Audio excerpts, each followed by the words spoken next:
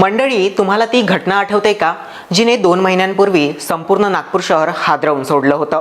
24 जानेवारी 2026 नागपूर जिल्ह्यातील करमेश्वर रोडवरील फेटरी गाव परिसरातील एका ओयो हॉटेलमध्ये माणुसकीला काळीमा फासणारी घटना घडली.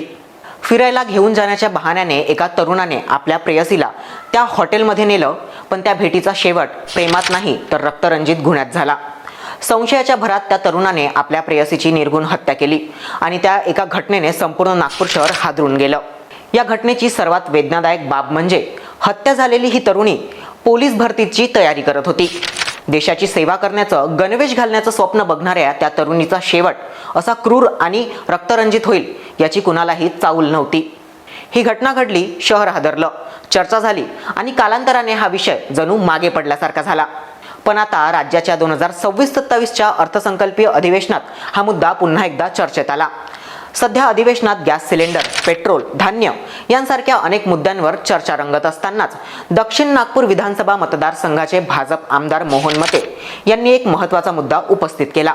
नागपूर शहरात मोठ्या प्रमाणावर सुरू असलेल्या अनधिकृत ओयो हॉटेल्स आणि नियमबाह्य जाहिरात फलक म्हणजेच होर्डिंग्स या संदर्भात त्यांनी सभागृहात लक्षवेधी मांडत सरकारचं लक्ष वेधलं.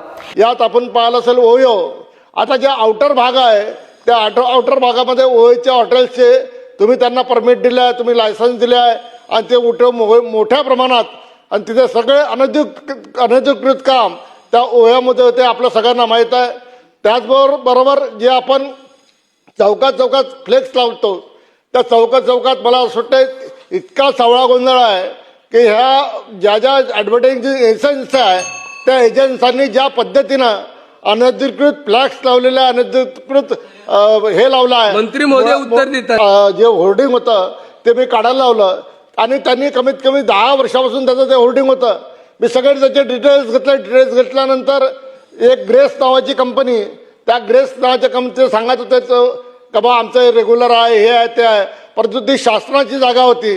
शेवटी महानगरपालिकेने त्या मजबुरी खातीर ते होर्डिंग्स काढलं. मला असं वाटतं या संदर्भात ओयो आणि हे जेवढे होर्डिंग्स आहे अनधिकृत, यात महानगरपालिका काम करणार आहे का, एवढं महत्त्वाचा एक विषय आहे. या लक्षवेधीमुळे 2 महिन्यांपूर्वी घडलेल्या त्या भयानक घटनेला पुन्हा एकदा उजाळा मिळाला. मात्र कारवाई झाल्यानंतरही शहरात अजूनही अनेक ठिकाणी अनधिकृत ओयो हॉटेल्स सुरू असल्याचा आरोप आमदार मोहन मते यांनी केला. अधिवेशनादरम्यान त्यांनी स्पष्टपणे सांगितले की नागपूर शहरात अनेक भागांमध्ये नियमांचे उल्लंघन करून ओयो हॉटेल्स सुरू आहेत आणि या संदर्भात नागरिकांकडून सातत्याने तक्रारीही येत आहे. यासोबतच शहरात परवानगीशिवाय उभारले गेलेले होर्डिंग्स हा देखील गंभीर प्रश्न बनत चालला आहे. ही बेकायदेशीर होर्डिंग शहराच्या सौंदर्याला परिणाम करत आहे, पण त्याचबरोबर नागरिकांच्या सुरक्षेचाही प्रश्न निर्माण करत आहे. होर्डिंगचा हा मुद्दा काही नवीन नाही. प्रत्येक अधिवेशनात हा मुद्दा आपलं डोकोवर काढत असतो, मग तो अर्थसंकल्पीय अधिवेशन असो किंवा मग पावसाळी अथवा हिवाळी अधिवेशन. दरवेळेस चर्चा होते, मुद्दे मांडले जातात, उत्तरही मिळतं, मात्र कारवाई काही होत नाही. या पार्श्वभूमीवर अशा अनधिकृत ओयो हॉटेल्स आणि बेकायदेशीर होर्डिंग्सवर तात्काळ कारवाई करावी. संबंधित विभागांनी संयुक्त मोहीम राबवून नियमांचे उल्लंघन करणाऱ्यांवर कठोर कारवाई करावी, अशी मागणी मोहन मते यांनी सभागृहात केली. तसेच नागपूर शहरातील नागरिकांच्या सुरक्षिततेसाठी आणि शहराचं सुशोभीकरण कायम ठेवण्यासाठी प्रशासनाने ठोस पावले उचलावीत, अशी अपेक्षाही त्यांनी व्यक्त केली. सरकारकडून यावर उत्तर देण्यात आलं असलं तरीही प्रश्न इथेच संपत नाही, कारण नागपूर शहरात वाढत चाललेली गुन्हे अजूनही चिंतेची बाब आहे. पोलीस बनण्याचं स्वप्न पाहणाऱ्या एका तरुणीचा शेवट जर अशा रक्तरंजित पद्धतीने होत असेल तर अशा घटना पुन्हा घडू नयेत यासाठी प्रशासन नेमकं कधी कठोर पाऊल उचलणार, हा प्रश्न अजूनही अनुत्तरित आहे. खरं तर अनेक वेळा अशा अनधिकृत हॉटेल्समध्ये देहव्यापार आणि बेकायदेशीर प्रकार उघडकीस असल्याच्या घटना समोर आल्या आहेत. म्हणूनच जर अशा गुन्हेगारी साखळ्यांना आणि कटकारस्थांना आळा घालायचा असेल तर प्रशासनाने तातडीने आणि ठोस कारवाई करणे अत्यंत गरजेचं झालं आहे. कारण एक निष्पाप जीव गमावल्यावर चर्चा होते, पण जर वेळीच कारवाई झाली नाही तर अशा घटना पुन्हा घडणार नाहीत याची खात्री देणार तरी कोण?